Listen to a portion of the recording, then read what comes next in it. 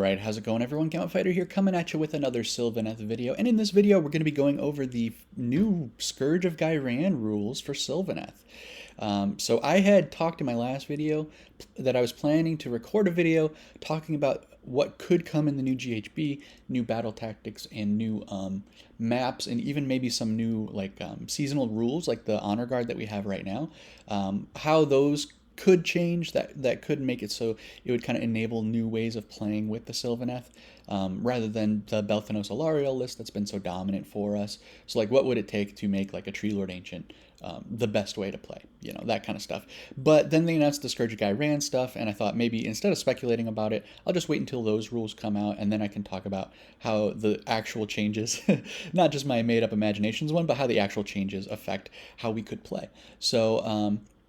So here we are. We got it finally. Looking forward to this for a while now, and I'm working from home, so I was able to kind of take a break and record this for you guys.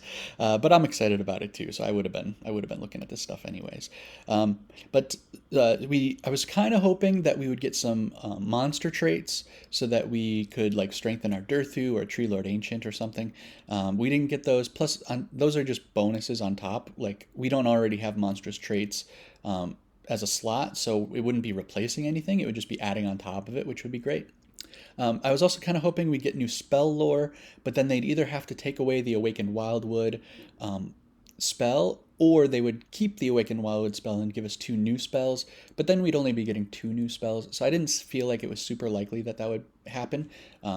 So I didn't really get my hopes up, but here we are. We got 2 battle formations, 2 artifacts, and 2 new war scrolls. And so the changes are pretty cool, so I'm pretty excited to go through with it. So first, let's take a look at the old battle formation so we have something to compare it to. Now, the top of the PDF is going to be cut off. I needed to cut off the top of the screen for my other stuff because we are going to be taking a look at the damage and durability checklist or spreadsheet here. Yeah, apologies for that, but here we go. So our other battle formations were healing monsters for 3 instead of D3 when they're near Awakened Wildwoods, giving non-kurnoth infantry units +1 to rend when they charge, okay? Subtracting 3 from the enemy control score when they're in combat with Sylvaneth, and then giving one of our bug riders the run and charge ability. So these 2 on the right were pretty much never really used. They're just pretty niche. The non-kurnoth infantry are just not very strong right now, and the this one, giving run and charge to one of our cavalry, is kind of useless when belthanos gives run and charge to up to 3 units, which is completely unrestricted. And plus the cavalry are kind of out of favor right now. So mostly I see people were using the -3 to control score from enemies. This one is fine. It's not super strong though, because generally you win the control score battle by killing the enemy unit. You know, that's much better. It's much more effective. So it's not always, you know, possible to do that, but generally that's the best way to do it. And so you weren't usually coming down to these 3 control score battles. The thing is that our monsters only have like a control score of 5, so subtracting 3 from the opponent means that they have an effective control score of 8 when they're contesting against 1 enemy unit, and an effective control score of 11 when they're contesting against 2 enemy units. But it does help, but even then, I never found it being super useful. And I watch a lot of battle reports, and I never really see people, the Sylvaneth player, being like, oh yeah, because of my outcast rule, now I capture that objective. I just don't really see that happening very much. Although I'm sure it does come into play from time to time. This is the one I prefer, is the healing for 3 instead of D3. I did actually play a game over the weekend. It was just 1,500 points, and with another player that's also kind of new. So it wasn't super representative, but my treelord ancient survived on 1 health, and I was able to strike and fade him out of there, and then he was able to heal up to full, which was pretty great, because that healing being so reliable is great. But even just using this with Spirited Durthu, with belthanos, with alarielle, if you can keep them safe, then they can heal up, which is very powerful, being able to keep them in the fight. Maybe not as useful in the meta list, because alarielle does bring units back, so that surviving on 1 and healing back isn't necessarily as good comparatively. when you can just bring something back. But on the other hand, if you do bring back like a Spirit of Durthu, then he can heal for 3 every round and get back into the fight a lot faster, or just be ready, not be bracketed anymore, that kind of a thing. So these were the two not super strong battle formations, but not terrible either.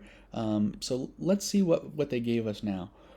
So the first one is going to be that you pick at the end of the turn, so when we do our healing, our regular healing, you can pick a non-hero Sylvaneth that's near a terrain feature, so not just Awakened Wildwoods, but near any terrain feature. And if if that unit has a health characteristic of 1, which is just the Dryads, unless maybe the Twist Wield has a health characteristic of 1. So basically just the Dryads, you can return 3 slain models. That's fine. Not great, but okay. And then if they have a health characteristic of 2 or more, then you roll a d6. And then you pick which one you want to do after you see the result. You can either heal for X, where X is the roll, or you can return a number of slain models equal to the combined health characteristic equal to the roll. So we're looking at, basically there's 2 kinds of non-hero Sylvaneth units there besides the Dryads. There's the Revenants, Tree Revenants, Spite Revenants, which have 2 health, or there's the Kurnoth and the Cavalry, which have 5 health. So for the Revenants, this can bring back a couple of them. If you roll a 6, you can bring back 3 fully to life, which is pretty good. The problem is if you... I guess no, it makes sense. On a 2-up, you're bringing at least 1 back, which is pretty good. So really, if you're using it on the Tree Revenants or Spite Revenants, it's not a huge value because they're just not very powerful units right now.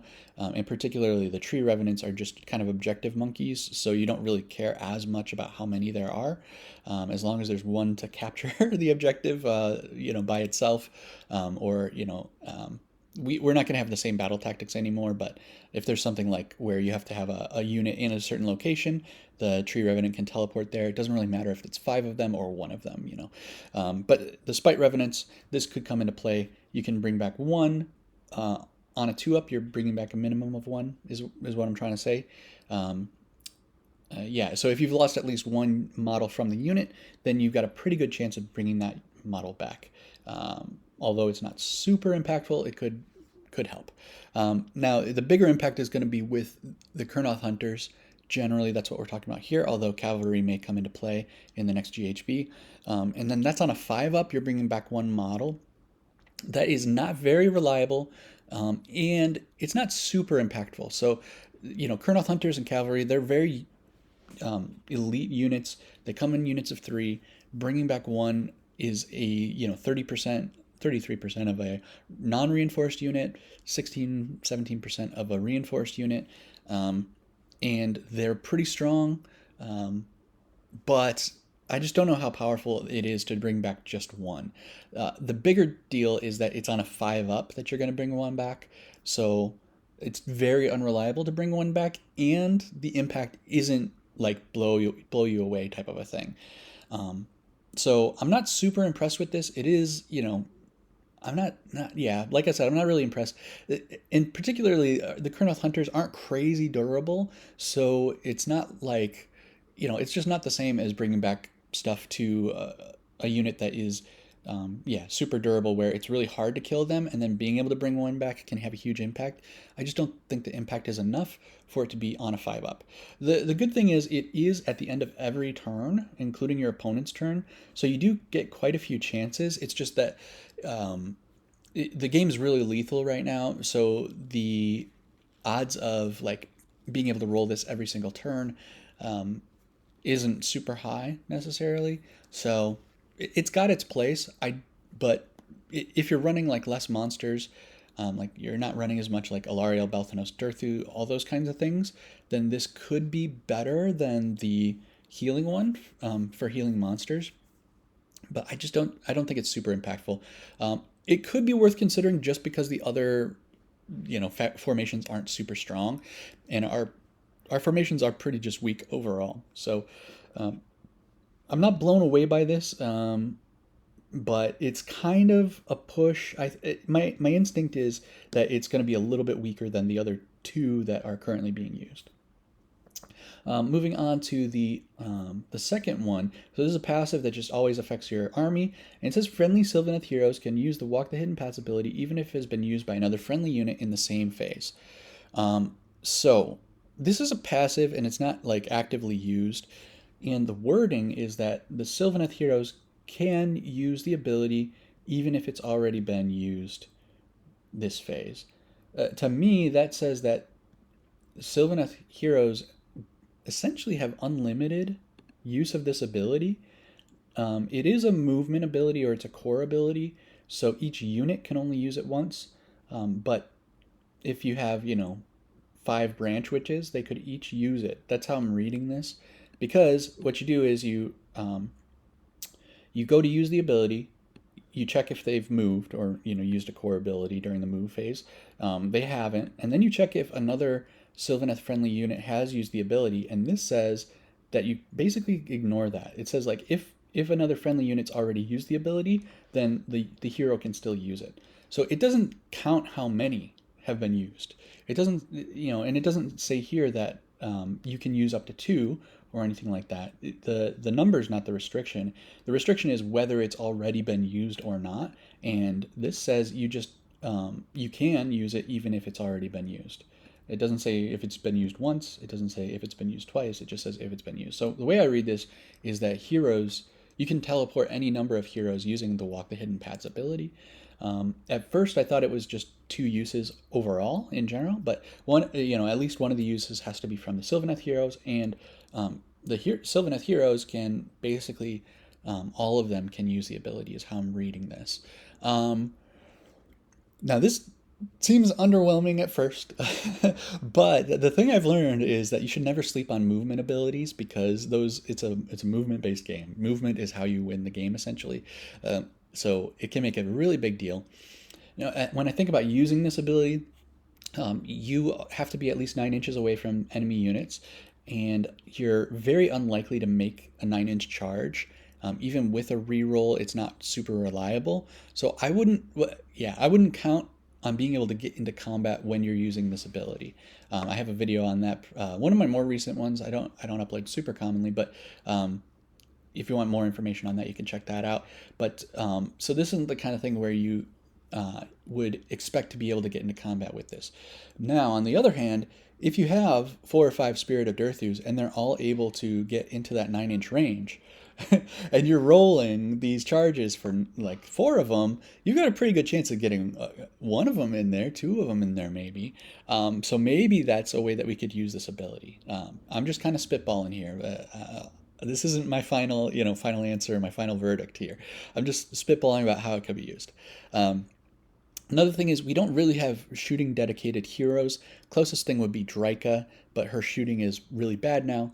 It's only 12 inches, and so its usefulness for like getting into position to shoot, and at least then you've done something, is pretty limited.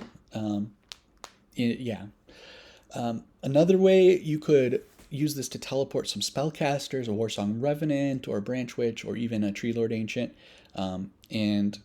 you could try to go for the charge with the Treelord Ancient, but if you fail it, at least you've been able to cast a spell.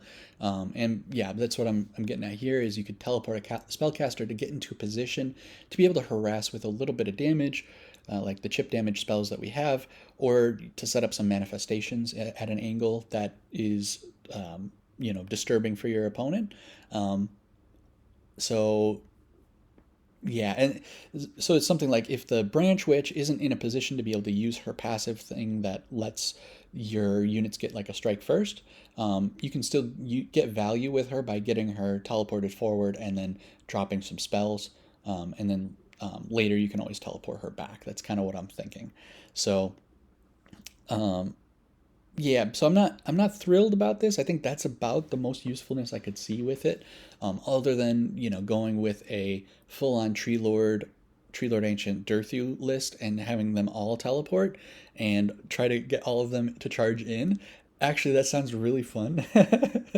If I had enough treelord models, then I would definitely try that for sure. So maybe someday. But right now, it doesn't seem very strong. We have 2 options of how we can teleport. One's Walk the Hidden Paths during the movement phase, and then we can strike and fade during the end of the turn. So it feels like we do already have enough teleport abilities where having more doesn't really seem that crazy.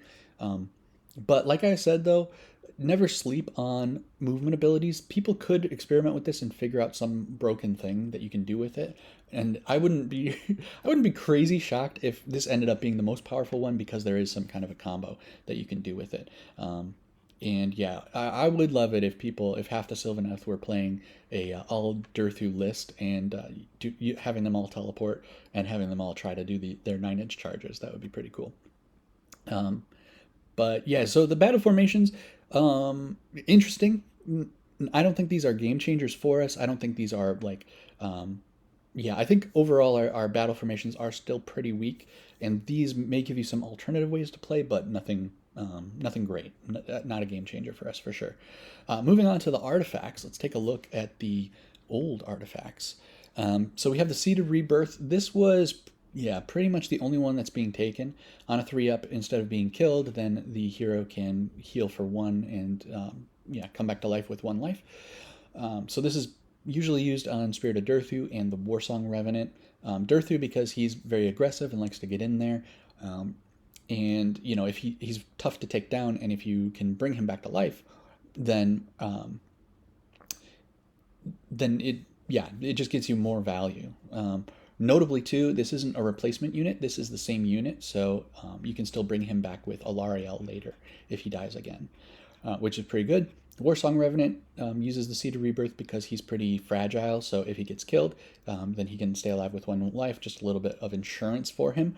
The Greenwood Gladius just gave a little bit of mortal damage while you're in combat. Not really useful. Yeah, you could argue that it could be used on like a treelord or treelord ancient, which have pretty weak damage, and this would be a pretty proportionally big damage increase for them, but really not. No one's really been using this. And then on this one, you are getting +1 to wound for. So you pick an enemy unit and then that you're in combat with, and then on a 3-up you get +1 to wound against them. Once again, though, a lot of times the non-unique hero that you're bringing is a treelord, and they're already wounding on 2s, so getting +1 to wound doesn't really do anything for the most part. So these were also pretty weak, although the Seed of Rebirth is a pretty good ability. Yeah. So nothing like game changing or crazy. Pretty clutch, like it could come in clutch.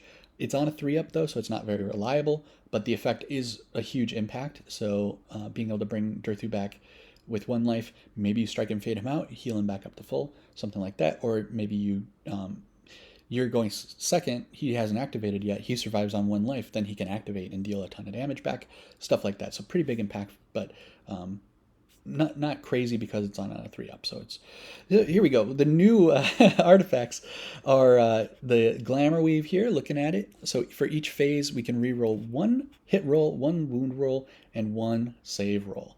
I immediately think of the Spirit of Durthu. Like I said, he's usually the one carrying our artifacts, and he has a very low volume of attacks, but they're super impactful. So 4 attacks, but they deal 5 damage apiece.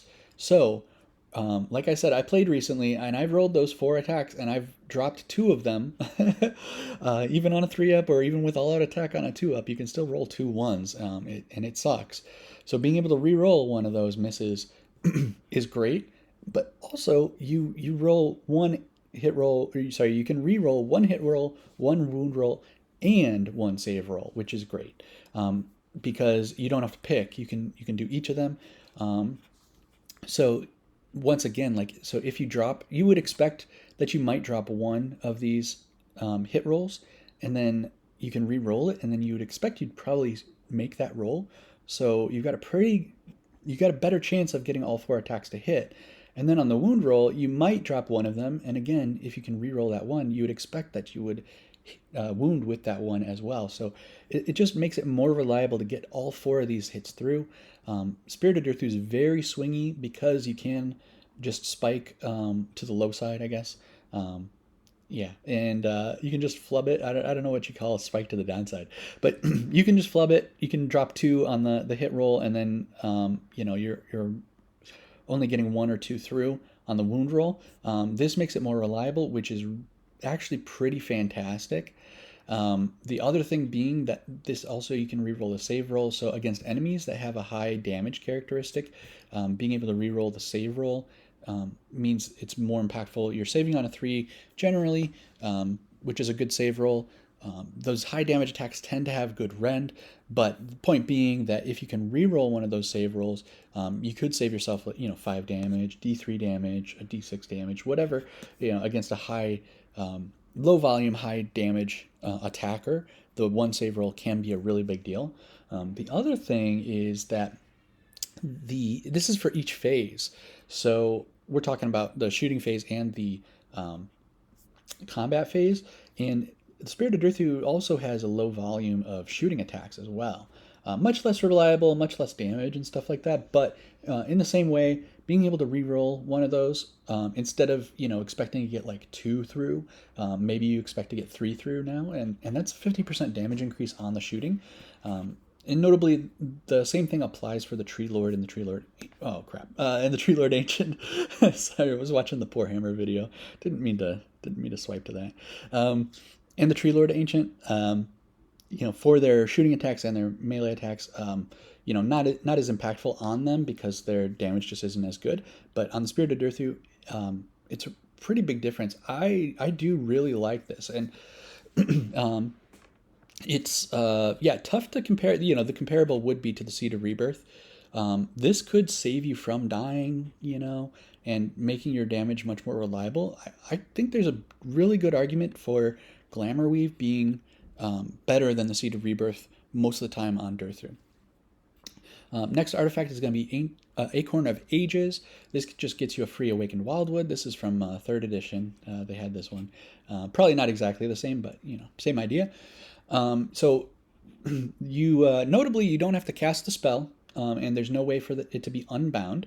But the downside is the spell is 18-inch range. This is only a 12-inch range. But otherwise, the rules seem to be the same. So you might use this if you want to guarantee to get the Awakened Wildwoods off at the beginning. The upcoming battle plan, the upcoming new GHB, the new tactics and stuff, this could be valuable. There may be cases where you want to guarantee to be able to get this off no matter what. So while it seems a little bit weak, especially compared to the Glamour Weave we just looked at, there could be scenarios where this is actually really powerful, and just being able to do that reliably is super useful. I know in 3rd edition, they did have the Seed of Rebirth, their version of the Seed of Rebirth, and the Acorn of Ages, and the Acorn of Ages was used quite often. Treelord Ancient also had this sort of ability on its War Scroll, and people would bring the Treelord Ancient mostly just for this ability. Although the Awakened Wildwoods synergized with the Warsong Revenant a lot better back then too, so that was a big reason for it. But either way, this could be useful. We'll have to see how the new things work. My first thought is you would use this if you don't have wizards, so you can't summon Awakened Wildwoods. But usually if you're not bringing wizards, you're bringing a belthanos, and he can turn a piece of terrain into an Awakened Wildwoods. So it's not necessary exactly. And as with the regular spell, you can drop this 1 inch from enemy units. They won't get stuck in combat, but there are abilities like the Treelord Ancient who can do Awaken the Wildwoods to deal some mortal damage during the hero phase. And the Warsong Revenant, on his War Scroll, he has the spell that can do some damage up to 3 units. Both of those are the bad D3, where you ignore the 1s and you only do the damage on the 2s or 3s. So it's not crazy kinds of damage. It's just a little bit of chip damage. So, not necessarily a crazy good use. If you're bringing Warsong Revenant and the Treelord Ancient, you've got 2 chances to cast the Awakened Wildwood anyway, in which case you may not need the Acorn of the Ages. So I can't really see this being necessary for your strategy to be able to maybe do 2 to 6 mortal damage to the enemy. I just don't see how that's super useful. But again, we'll have to see how the new GHB works, and yeah, there could be a strategy where this is sort of a linchpin, getting that Awakened Wildwood off, and having it guaranteed is better than even just having a couple chances to cast the spell.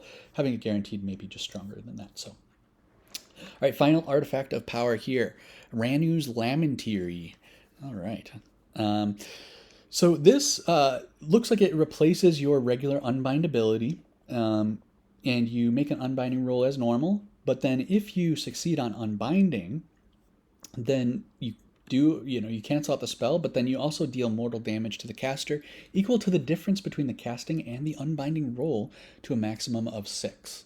So now first, this is something I don't know because the core rules are are written kind of weird. I would expect that this would replace your regular Unbind. So if you're using Warsong Revenant Wizard 2, if you use this ability, then that uses one of your Unbinds, and you would only have one Unbind left. I don't think this gives you like a third Unbind if you put this on the Warsong Revenant.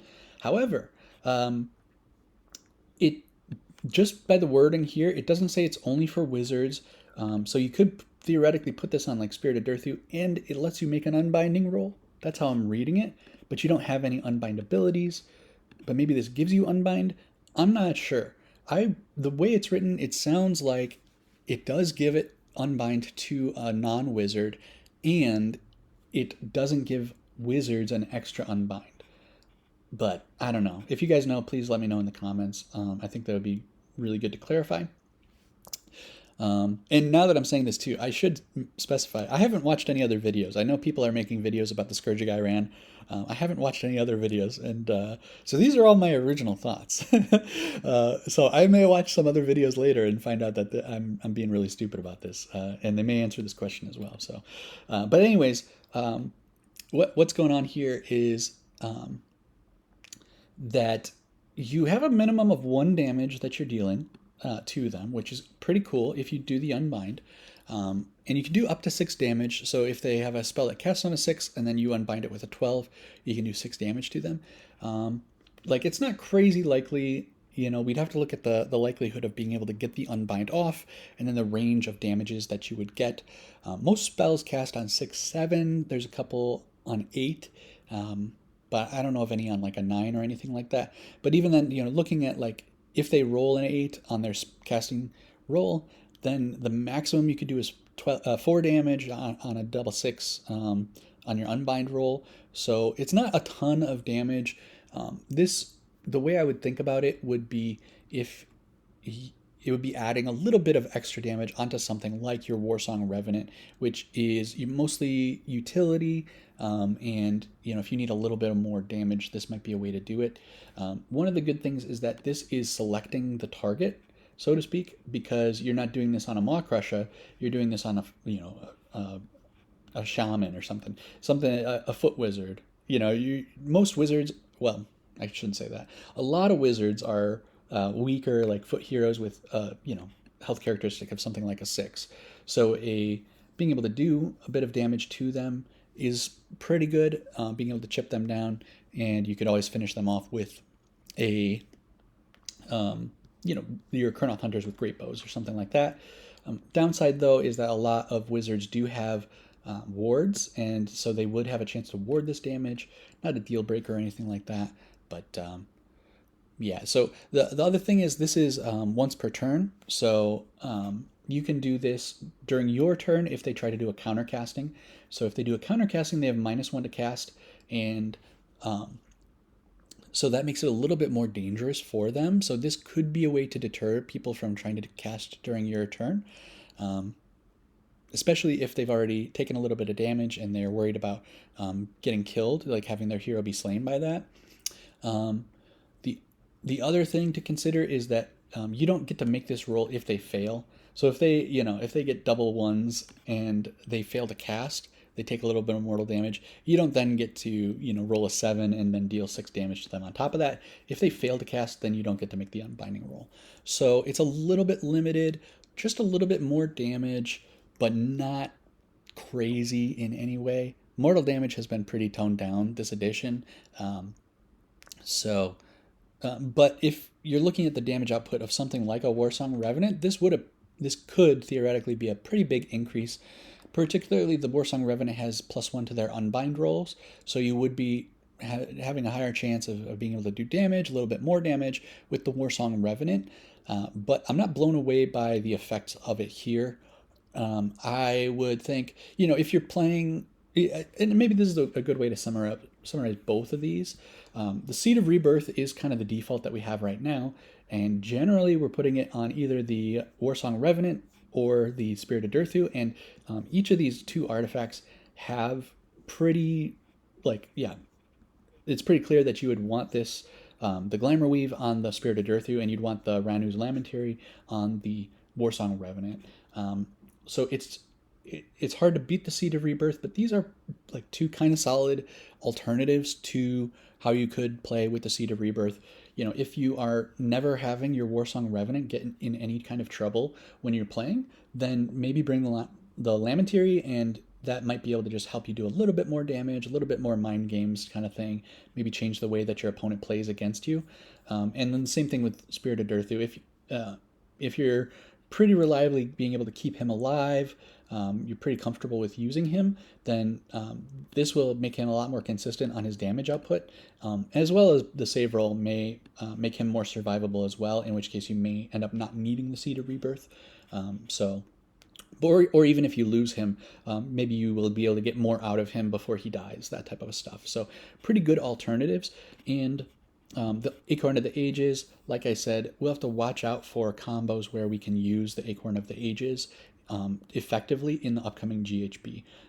In the current GHB, if we had access to it, I don't think this would be too impactful, but we'll check for the new one. So overall, I think the artifacts are quite a bit better than the battle formations and give us some pretty cool ways to play. I like Durthu. I like big damage. I'm kind of a Timmy at heart, and so being more reliable with him really, really appeals to me. I'm super excited to use this with Durthu. All right, and finally, on to the War Scrolls, the moment we've been waiting for. We have a look here. This is Draa.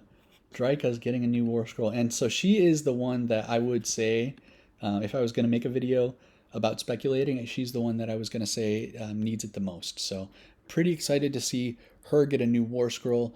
And notably, it doesn't say it here, but in the article on Warhammer Community, she went up to 320 points.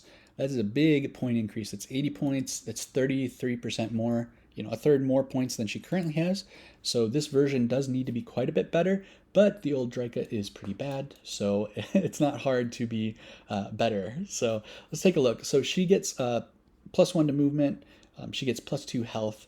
Control and the save are the same. So getting extra health is good.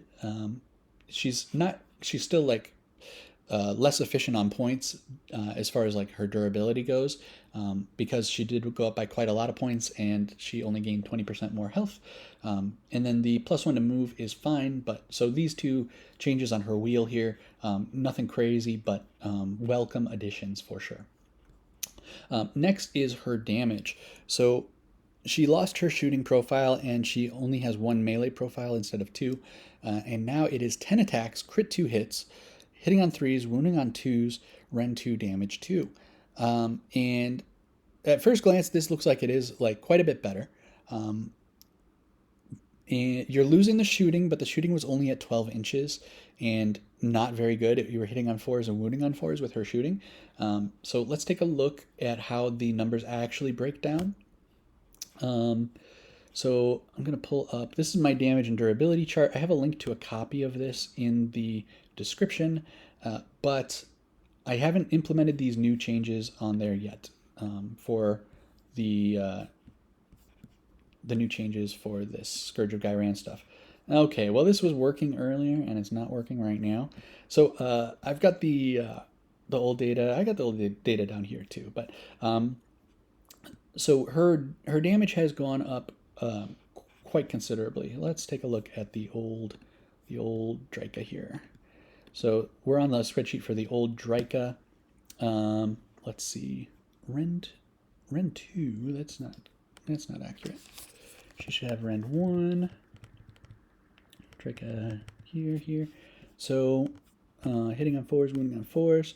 So the old profile, including the shooting, she was dealing 13 damage to a 6-up, 12 damage to a 5-up, 9.5 to a 4-up, 7.5 to a 3-up, and 5 to a 2-up. Now she's doing 13, almost 14 to a 6 up, about 14 to a 5 up as well, 11.5 to a 4 up, and 9.25 to a 3 up, and then almost 7 to a 2 up. So, oh my gosh, I don't know why this. Let me see if I can cut this out of here and then paste it over here. There we go. It's a little bit easier to compare them now. Oh, it's there. Now it's letting me drag. I was doing something wrong. Sorry guys. I don't know what I'm doing.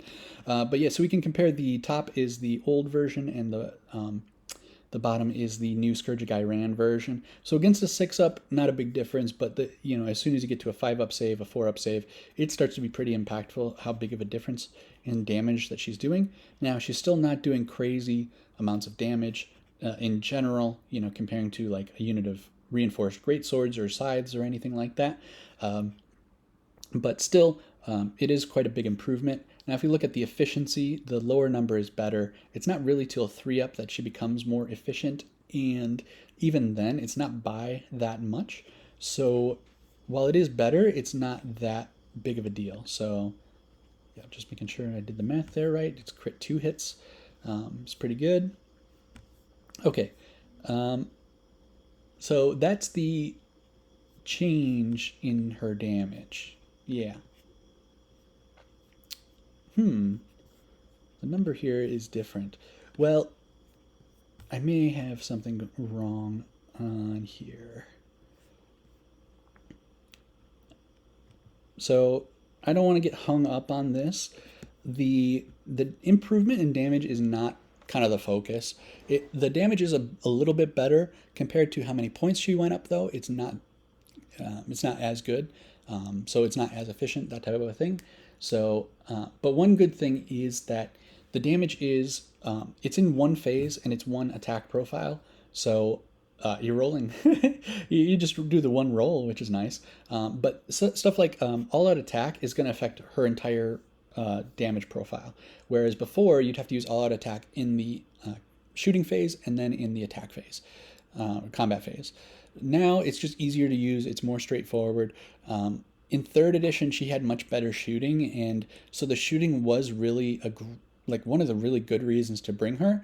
In 4th edition, her shooting is so bad on her regular war scroll that losing it and getting more damage on the combat profile isn't a big deal. We do lose a bit of the flavor for her, but I think that's fine. I think that's a fine trade-off for me. So the damage, to summarize, a little bit better. Nothing crazy. More straightforward, easier to use, no problem. She ignores ward rolls as a passive. That's pretty good. That is pretty good. The other one, the other ability before was that she could increase the attacks characteristic of one of her really bad attacks. I included that already in her damage profile, so there's no need to kind of take a look at that and how it affects her. Compared to this passive. Being able to ignore ward rolls is pretty good. A lot of the really good stuff in the game has ward rolls, so completely ignoring it is very good. I think the Light of Altharion, I'm not paying attention to a ton of the Scourge of Ghyran stuff, but the Lumineth Realm Lords, I think their new Scourge of Ghyran War Scroll has a 4-up ward, so ignoring that is pretty incredible.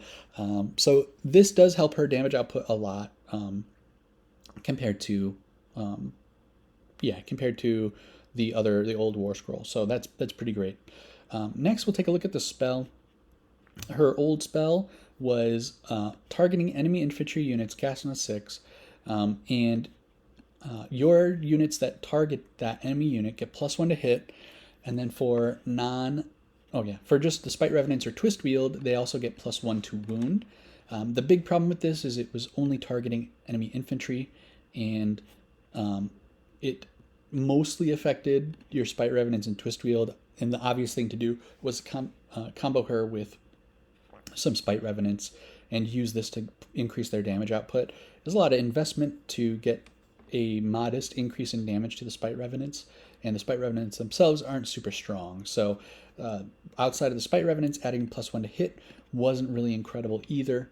So just kind of a limited spell. This new one is important. You cast it on the ally, and then the ally gets +1 to wound rolls for combat attacks, including companion weapons. Now, I don't know what they're cooking up. Now, maybe maybe they're going to release a new model that has companion attacks that hit on, or that wound on 4s or something. I don't know. Right now, the companion weapons are like the belthanos or the alarielle beetle that are wounding on 2s. Now, this also would work with the bug riders. They're wounding on 3s, though, so it's not a super impactful ability for them. So I'm not sure what they're cooking up. Maybe they just wanted to cover their bases. That's fine. +1 to wound is okay. A little bit easier because you're casting it on the ally. You could theoretically be out of unbind range when you cast it because you're targeting an ally. You don't have to target an enemy. Yeah, not great, but okay. It also, if you target non-kurnoth, it's non-kurnoth at all. I read that as non-kurnoth the infantry because that's how they always word it, but this means that it does work on the bug riders. Maybe they were cooking. Maybe I was onto something when I looked at that. Yeah, they are definitely not Kurnothy, even though they're in Belthanos' kind of thing, the Wild Hunt or whatever.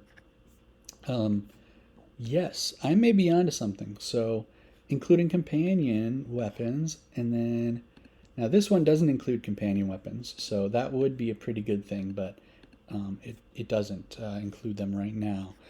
But this would improve the Revenant Seekers, and if you have looked at the right side of the War Scroll here, the PDF, then Revenant Seekers are getting updated as well. So I didn't even think about that before I was reviewing this. So I was thinking about this in terms of the Spite Revenants.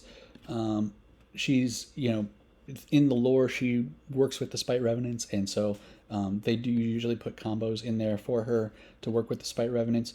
+1 to wound is pretty good for the Spite Revenants because they wound on 4s, so it's a pretty impactful. The worse your roll is, then improving it by 1 has a bigger impact.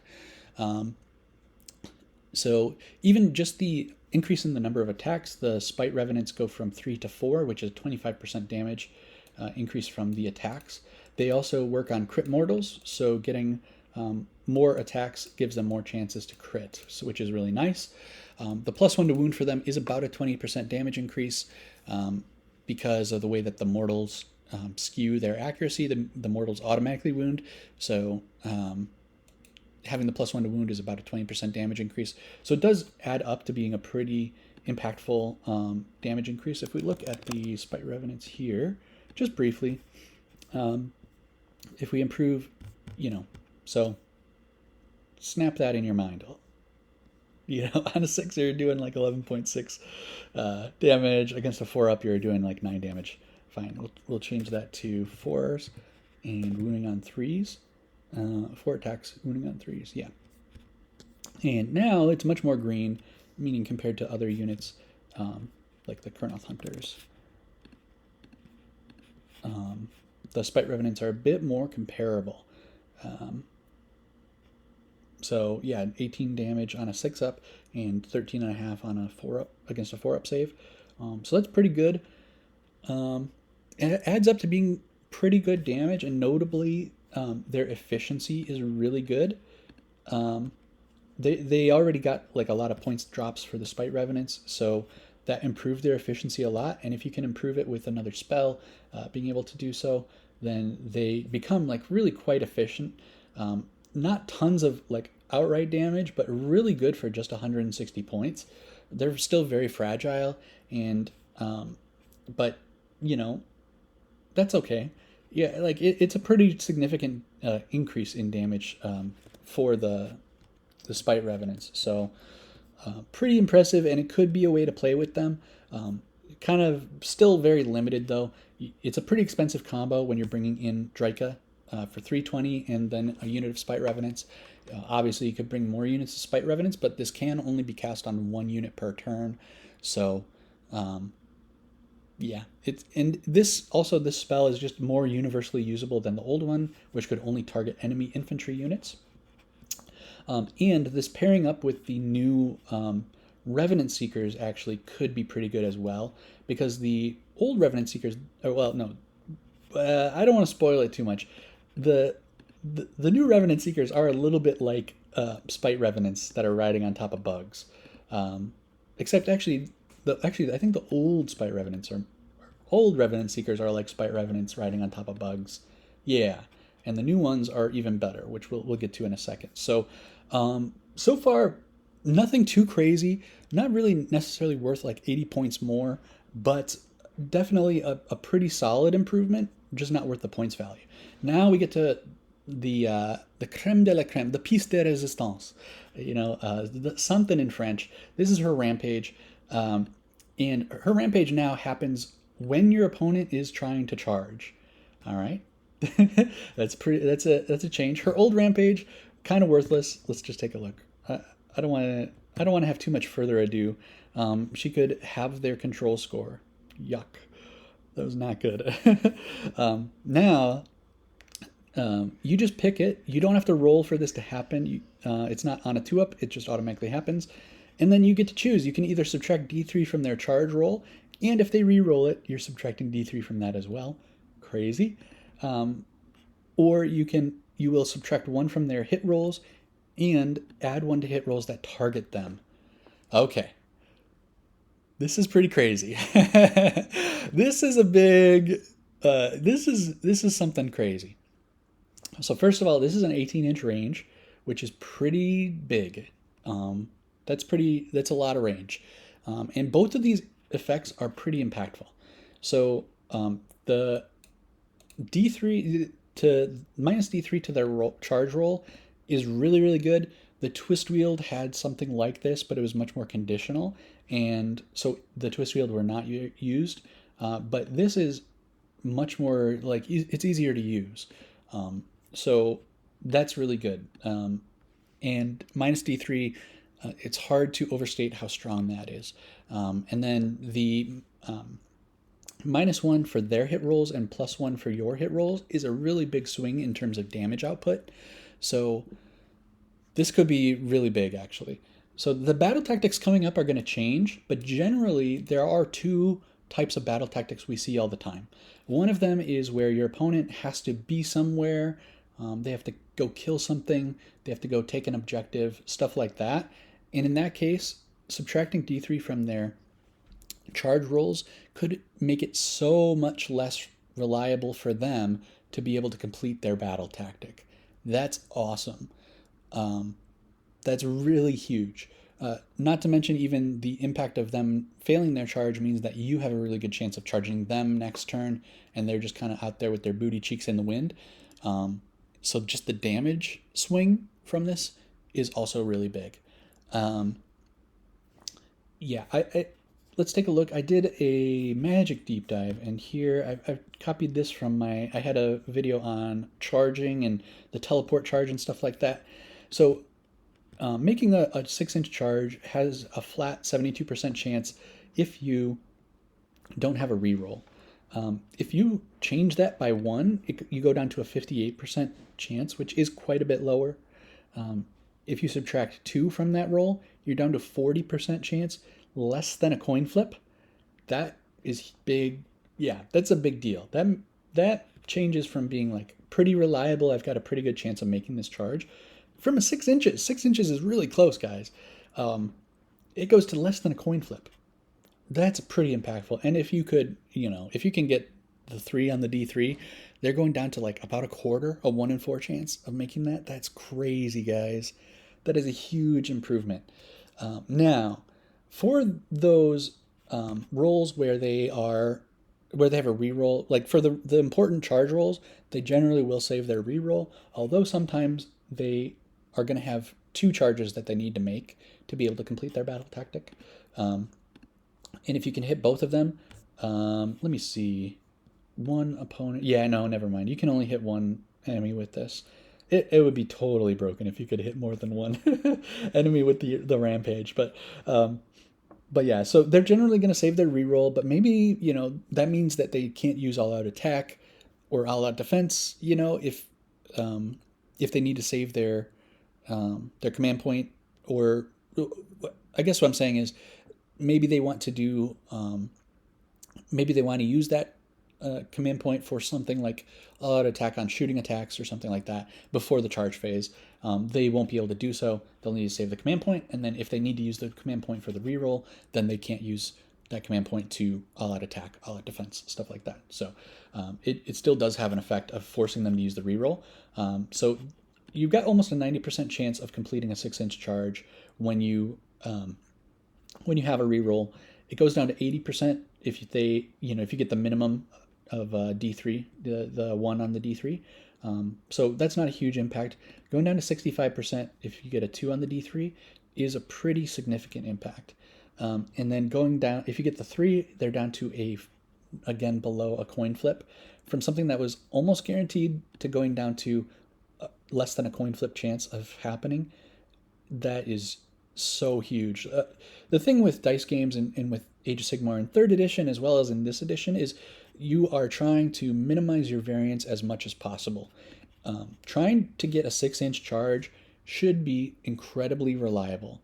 And if you can change it from being almost guaranteed to a 50-50 shot, that's huge. And if you just disrupt one of their battle tactics, that could swing the game for you. That could really easily make it, put you ahead pretty significantly. Again, we're going to have to see the battle tactics coming up, but it's hard to emphasize how strong this is. Again, looking at this chart with a reroll, or with no reroll available, what you do is you look at the chance they have to get the charge, and you just move down the list by that many.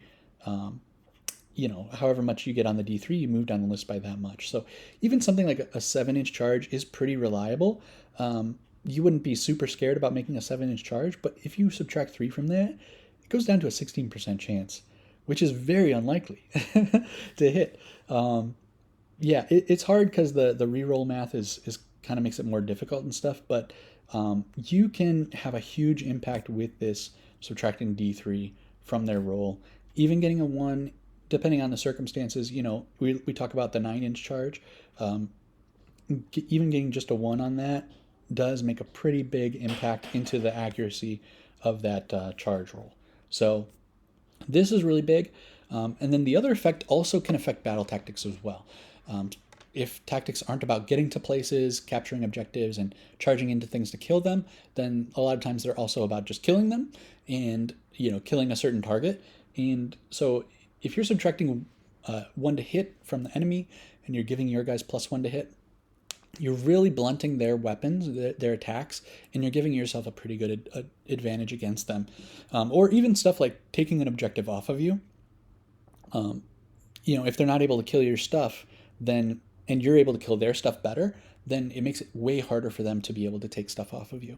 So, it's going to be hard to know exactly. We're going to have to see the battle tactics to know, hey, for this battle tactic, you want to definitely use the subtract D3 from their charge roll. And for this battle tactic, you definitely want to use the subtract 1 from hit rolls and one to attack rolls. And there's going to be some where it's kind of close. It's not going to be super clear which is going to be better. It's going to depend on the enemy, their damage output, bonuses to charge, stuff like that. But these can be really, really impactful. Like I said, messing up 1 battle tactic throughout the game could be huge. Messing up 2 battle tactics could be incredibly strong. It could be, I don't want to say guaranteed win, but it's such a big swing that it's hard to understate how strong this ability could be. Now, kind of not impressed with her top 3/4 of her war scroll. Onto this bottom one, this bottom ability, she's got a pretty solid, okay body for a hero. Not so much for a monster, but for a hero, she's got an okay body, okay damage, okay effect, okay spell, but and for the points and stuff like that, not too bad, not anything crazy good either though. But when we add in this rampage ability, that could be a game changer. So it's hard to see where she fits on current lists right now, but the way the meta lists are being built right now. But I would be pretty shocked if we don't see her being used at the tournament level, and to great effect, because the ability to disrupt your opponent's battle tactics is really strong, and so I think there's definitely going to be a place for her. Okay, finally, moving on. I just love talking about Sylvaneth. I could do this all day. Moving on, we're going to take a look at the last one, Revenant Seekers here. So they are going up from 200 points to 230 points, which is a pretty big points increase. They cost more than Kurnoth Greatswords now, making them the most expensive non-hero unit, that we have. But they're not getting anything on the wheel. Everything's staying the same here, but it's their attack profile that's changing. They are getting +1 damage, so doubling their damage on the rider, and the mount is staying the same. So doubling damage on the rider is really good, and crit mortal, crit mortal getting double damage is great. And notably too, they don't have to be on the charge to be able to get this +1 to damage on their, or get the 2 damage on the rider. So even if they're stuck in combat, that's they still have the damage, which is really great. Let's see. Before we even get into the rest of it, let's take a look at the damage chart here. And I will add the Spite Rider Lancers and then the Revenant Seekers to the chart. We'll take a look at them with the Kurnoth Hunters on here as well. So this should be implemented here. Revenant Seekers, Crit Mortals, hitting on 3s, wounding on 4s. Yes, looks accurate, although, I'm not going to do a super deep dive into it, but to make sure. But I did check it before, and so it should still be good. The bug, the mount still does need to charge to be able to get the 2 damage. So this is only on the charge. I didn't include the Kurnoth Greatswords have crit mortals on the charge, or not crit mortals. They have mortal damage on the charge in addition to their crit mortals. So this isn't including that, but their damage is comparable to the scythes and to the Greatswords against a 6-up save, against a 5-up save, 4-up save, 3-up save, 2-up save, and it's just against a 1-up save, which is super rare to encounter in the wild. So their damage is comparable to a Kurnoth Greatsword now, which is very impressive. Falls off less than the Kurnoth Scythes against better armor saves, falls off less than the Spite Rider Lancers against the armor save, like a better armor save. So this is a really big improvement. The Revenant Seekers previously, you would never want to bring them reinforced. It was just for their support ability of giving +3 on the rally roll. So they were pretty much never taken except for like casual fun stuff. So now they're a considerable powerhouse. So that is really great to see, especially since they cost so much more now. If we take a look at when they're stuck in combat, I should highlight this here so you guys can kind of clearly see which one it is a little bit easier. Even if they get stuck in combat, their mounts only have 1 damage instead of 2. They're still able to keep up on damage. Pretty steep drop off against the 6-up and against the 5-up, but once we get down to these better armor saves, they do kind of catch up. Again, the Kurnoth Greatswords would have a little bit more mortal damage on here if you're looking at the charge, but if you're looking at being stuck in combat, then they wouldn't have the mortal damage. So they're able to keep up with the Greatswords in that aspect. So they're pretty comparable to Kurnoth Greatswords now with this damage increase, which is pretty great. Even against like better armor saves, they do better than the Kurnoth scythes. And the thing that you're getting in compared to Kurnoth Hunters is you're getting a much better movement characteristic. A 12-inch flying move is way better than a 5-inch move on the Kurnoth Hunters. So I've been, maybe famously, at least on this channel, I've really been feeling like the cavalry units are underrated because of their mobility, which is the biggest weakness to Kurnoth Hunters and to like Spirit of Durthu and stuff. It seems like people have just been using belthanos to kind of overcome that mobility issue, and they've been doing really well without using cavalry units. And that probably still will be the case. Belthanos still probably will be good enough. I'm interested to see how people can use the Revenant Seekers going forward, because this is a much bigger damage increase. They are sort of like comparable to kurnoth hunters with greatswords that have a much better movement. They can fly. They fly now.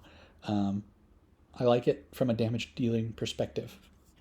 But that's not all. They have big wings, so they have a bigger coherency range. But the other change, I mentioned their other War Scroll ability is to give +3 dice on the rally roll, which is not very good. Their new ability is during the hero phase, you can give a friendly Sylvaneth unit a 5-up ward on a 3-up. This is really good. So it's once per turn army, it's not spammable, but this is really, really good for tough stuff like treelords, or for big blocks of wounds, or big blocks of health like kurnoth hunters or like themselves. Makes them much more durable. This is actually could be really impactful. You do it during the hero phase, so you know if you're going to have it when you get in combat. Let me see. I think I have a durability chart here, and we can look at Revenant Seekers. If we give them a 5-up ward save, you're increasing their effective health by 50%. That's pretty crazy. It makes them the most efficient unit in terms of points for the health. Oh wait, no, this is without the improvement or the points increase. So yeah, they're not the most efficient, but they're second most. Okay, compared to the twist wield, which no one uses anyways. So that's really great. If you put this on the treelord, also a 50% health increase, and makes him crazy efficient, as well as Spirit of Durthu, really great unit, great damage dealer. If you can also make him 50% more survivable, that is a really big deal. So a 5-up ward effectively adding 50% more health. Is that really how it works? Yeah. Listen, I trust the spreadsheet, okay? A 5-up ward save is really strong. Sadly, this might put the Lady of Vines out of business, because this isn't a spell that can be unbound or anything like that. It's just on a 3-up. So it's not crazy reliable, but you do it during the hero phase, so you know if it's going to be on there. So this is great, and this is a great ability for defense as well. So I can really see these being paired with Drika. I do want to see someone play with a list. I don't have the cavalry to be able to run a list, but I do want to see someone try it. Giving the enemy -1 to hit, and then giving the unit that they need to kill a 5-up ward, like that just might make it unkillable, So it's not as impactful on Alarielle, because she has a 6-up ward natively, but even going up to a 5-up ward is like pretty good. It's pretty strong. It's twice as good, especially if they have something that like reduces your ward save by 1. Giving her a 5-up ward, going down to a 6, could save her from having a no ward. So I really like it. Awesome on defense. Great. Great damage improvement as well on these Revenant Seekers. I think we will see them showing up in battle. So overall, the battle formation, not hugely impactful. Maybe worth trying out just as a different way to play. The teleport one may end up having some broken combo you can do with it. The artifacts have some interesting play as well, as we talked about. Replacement for Durthu and replacement for the Warsong Revenant, and possibly some kind of a broken combo in the new GHB with the Acorn of Ages. Drika getting huge utility, more damage, more survivability and stuff, but this utility just being incredible, possibly being able to deny multiple tactics for your opponent per game, possibly denying objectives for them as well, could have a huge impact. And then those Revenant Seekers, now they're, instead of a pure support unit, they have incredible damage, great movement, and a great defensive ability as well. So I think when we get into the new GHB, people are going to start with the Belthanos and alarielle list, do really well, but these are a couple of new tools that are going to give us new ways to play that could be equally viable or possibly even better. I wouldn't be surprised if we do find a new way to run Sylvaneth that's actually better. If we're running the cavalry, if you do like a unit or 2 units of Revenant Seekers reinforced, you might just drop Belthanos, because you don't need the run in charge anymore, and you might bring alarielle, and they've got this 5-up ward. You finally kill them. Alarielle brings them back to life at half health, and then they got the ward again. They're giving out the ward to durthu, something like that. Could be some pretty interesting things, and I'm excited to see some new lists, some new battle plans, some new battle tactics, and some new ways to play. So looking forward to it. Please let me know what your guys' thoughts are in the comments section down below, especially if I got anything wrong, had any questions. Really appreciate everyone for watching. Thank you so much. I do hope that I can do a sort of Andy 2d6 battle report for the game that I played. I didn't take too many pictures, and definitely not as good as Andy did. And it was kind of a scuffed game. Neither of us were playing optimally. We were kind of, just kind of figuring stuff out. So, let me know if you have interest in that. I could do a live stream the way that Andy 2d6 does his, and go through the pictures. So, looking forward to seeing you guys in the next one, and thanks so much. See you then.